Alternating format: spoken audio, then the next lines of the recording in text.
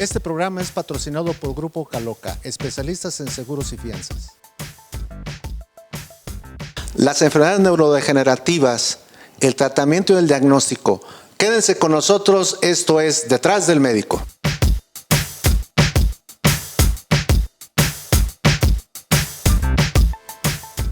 Es un placer presentar en Detrás del Médico al doctor Francisco Javier Jiménez Gil, neurólogo, y que nos va a hablar sobre las enfermedades neurológicas que cada día van en aumento.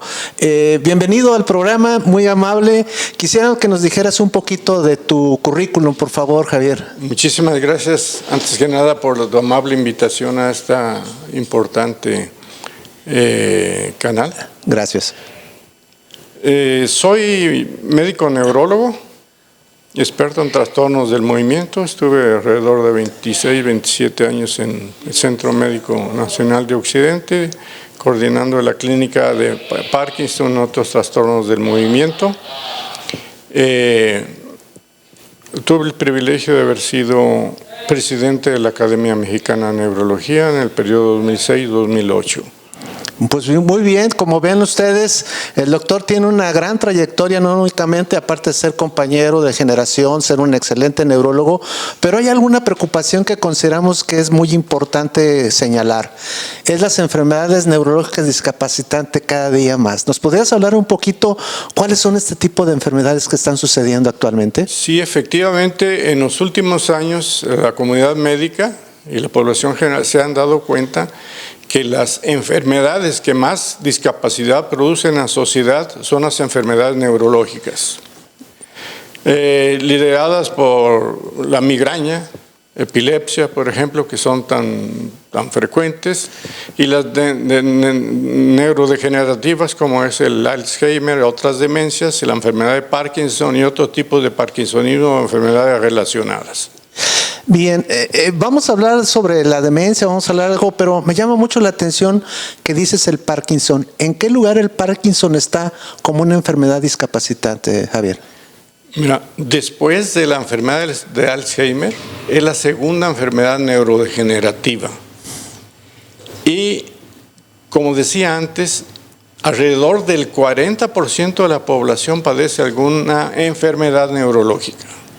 De todas estas enfermedades que están aquejando a la sociedad, la enfermedad de Parkinson es la que está creciendo más. Entonces, vamos a hablar ya más claramente en relación a cómo se presenta, es hereditaria, es adquirida, cómo se presenta el Parkinson actualmente y cuáles han sido los avances. Pero primero platícame, ¿cuál es el origen del Parkinson? ¿Cómo se da el Parkinson? Para que nuestro público sepa en qué momento debe de acudir hasta ciertos síntomas que nos vas a explicar en relación al Parkinson. Bueno, debo decir que el diagnóstico de la enfermedad de Parkinson es esencialmente clínico. Esto estriba en que el médico debe hacer un interrogatorio muy minucioso, es decir, es hacer una historia clínica muy minuciosa y una exploración también muy exhaustiva. Y después apoyarse en exámenes que puedan ser pertinentes en cada caso. La enfermedad de Parkinson característicamente se conoce por sus manifestaciones motoras, que es cuando llama la atención al paciente, a la familia y el médico. Esto es, las características cardinales de la enfermedad de Parkinson: un temblor de reposo, lentitud en el movimiento y rigidez. Y posteriormente se agrega inestabilidad para la marcha. ¿Esta sintomatología se presenta también en reposo o solamente cuando hay alguna situación de carácter motor? Bueno, en el caso del temblor de reposo, como su denominación lo dice, se presenta cuando la persona está en reposo. El Parkinson es de reposo, no de sí, cuando inicia la actividad. El temblor clásico del Parkinson. Ajá.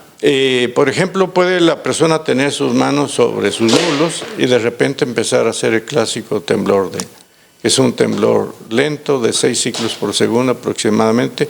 Se le ha llamado como de cuentamonedas, cuando estás contando monedas. Y si a esto se suma la cinesia y la rigidez, pues ya tienes una sospecha clínica de que es una enfermedad de Parkinson. Vamos a presentar una gráfica, una tabla, donde el doctor nos va a explicar un poquito ese proceso en el tiempo de lo que está sucediendo con la enfermedad de Parkinson. Vamos a ver esta tabla a continuación. Sí, cómo no, con gusto. Tenemos la idea de que la enfermedad de Parkinson inicia cuando empiezan los síntomas motores, es decir, el temblor, la lentitud, la rigidez, el trastorno de la marcha.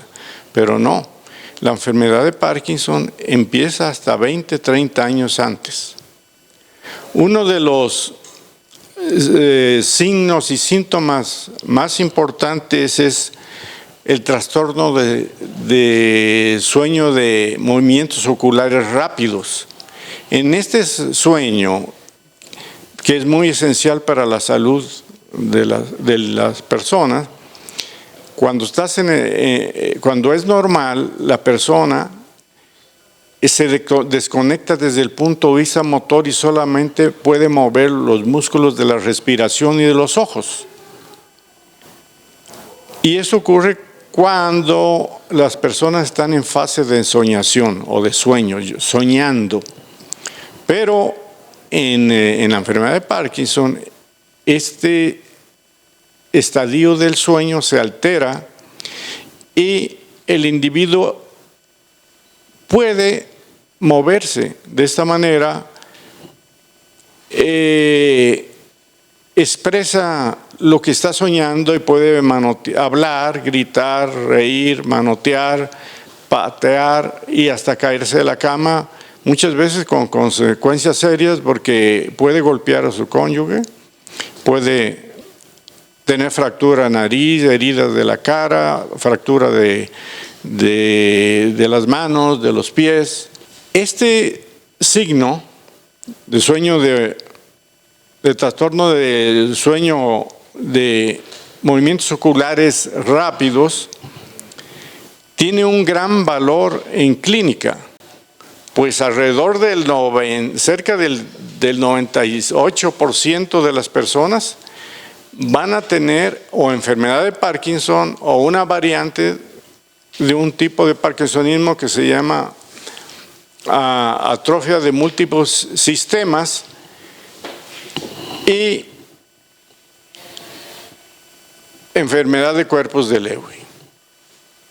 Por lo tanto, es un signo que debe alertar a las personas a buscar consejo médico. Otra de las características que puede empezar 20 o más años antes es la somnolencia diurna. Además de constipación, hipotensión, disfunción urinaria y disfunción eréctil en los varones. Más tarde pueden las personas presentar ansiedad y depresión.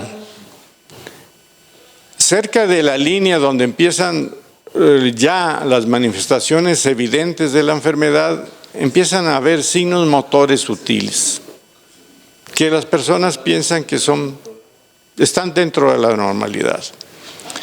Y ya, cuando el paciente debuta con los síntomas motores, empieza a presentar temblor de reposo, lentitud en el movimiento, rigidez y trastornos de la marcha a pasos cortos. En el momento en que se establece el diagnóstico y se le da tratamiento con la piedra angular, la levodopa o otro agonista dopaminérgico, el paciente experimenta una mejoría notoria que se ha llamado como luna de miel. Pero al pasar de los años, 3, 5 años, el paciente puede tener ya fluctuaciones motoras, ya la medicina no le dura el mismo efecto que le duraba antes. Excesos de movimientos anormales, que se llaman disquinesias.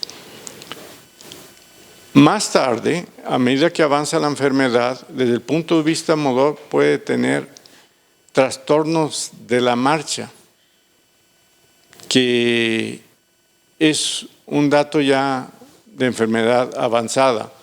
aunque quiero decir que algunos pacientes empiezan con trastornos de la marcha y eso indica que la enfermedad de Parkinson puede tener un curso un poco más severo y con menor respuesta al tratamiento.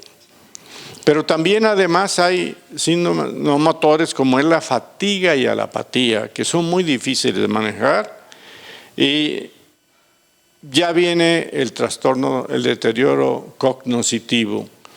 El paciente empieza con problemas de memoria, de evocación de palabras y empieza con un trastorno cognoscitivo leve que puede llegar a una demencia. En una corte, un estudio llevado en Australia a 20 años, más del 80% de los pacientes tenían deterioro cognitivo, la mayoría demencia. Como ven ustedes, la sintomatología es muy clara, muy precisa. Es por eso que el doctor Javier Jiménez Gil fue paso a paso desarrollando este problema. Javier, antes de terminar con el programa, y eso es una cosa muy importante que queremos aclarar. Existen medicamentos para el Parkinson, ya hablaste de carbidopa, levodopa, y que de alguna manera tiene un periodo únicamente corto, quizás, o a lo mejor más largo dependiendo de la sintomatología. Aquí mi pregunta es, actualmente, y quiero que la gente lo vea, no por el hecho de que nosotros estemos mencionando algunos medicamentos, quiere decir que el paciente se tiene que automedicar, porque realmente esta es una de las cosas que nosotros queremos evitar. Pero eso es importante que la gente sepa qué otro tipo de tratamientos aparte de la carbidopa y la levodopa existen actualmente en el mercado, en México y en el mundo, porque una cosa es que haya medicamentos en México y otra cosa es que haya medicamentos en Estados Unidos. ¿Me podrías decir cuáles son actualmente los medicamentos nuevos que existen, si los hay, y cuáles son los resultados?